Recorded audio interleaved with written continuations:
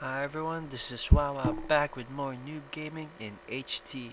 Today I'm gonna show you guys a game in Kulas Ravine. As usual, it is the novice setting of the map. As you guys can see here again, but with this destructible rocks.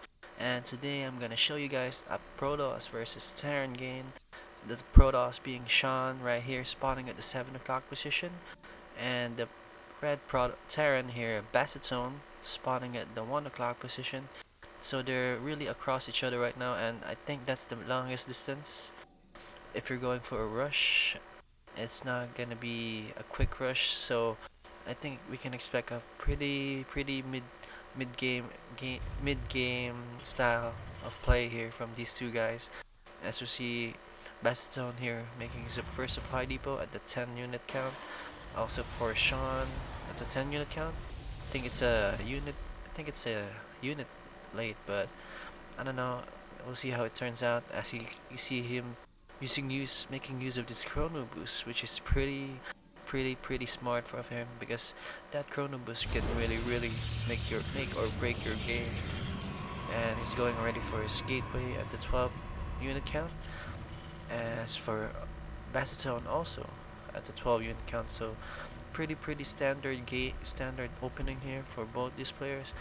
I guess they have a couple of games already under their belt, but we're seeing engineering bay already here for Bassitone, so it's either he's going for early upgrades for the Marines, or he's gonna go for turrets and he's gonna play the turtling game, or either that or he just wants to make those turrets up real quick so he can kill those observers early. As we see from Sean here, making a cybernetic score.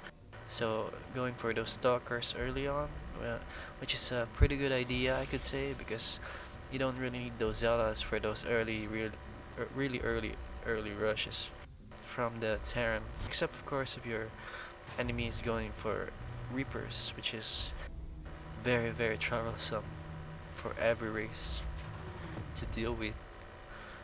And you see here making up a bunker near these destructible rocks and another one.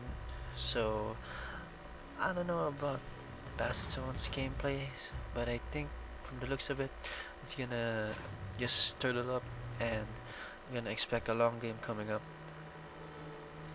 As we look at the production tab here, as we see the warp gate being produced already, is which is in the 4 minute mark, which is pretty good actually.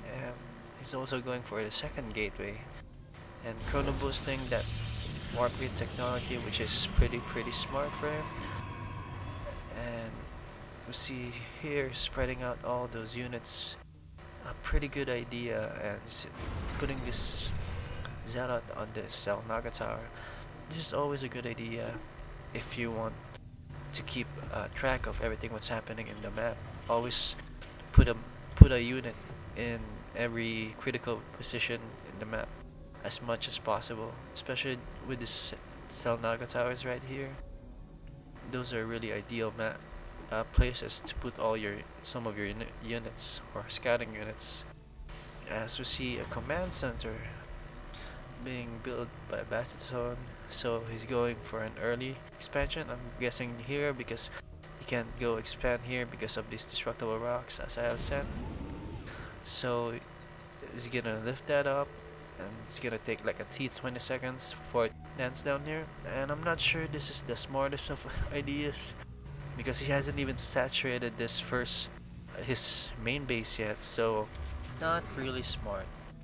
I would suggest making your main base saturated first, or having your base really being mineralized to its fullest, or I don't know what the word is, before expanding. He hasn't even gotten this Vespin Geyser yet, so I don't know about Bassitone's gameplay here, but I want to tell you guys that it's not really ideal to expand early this game, even if you're in the Novice map.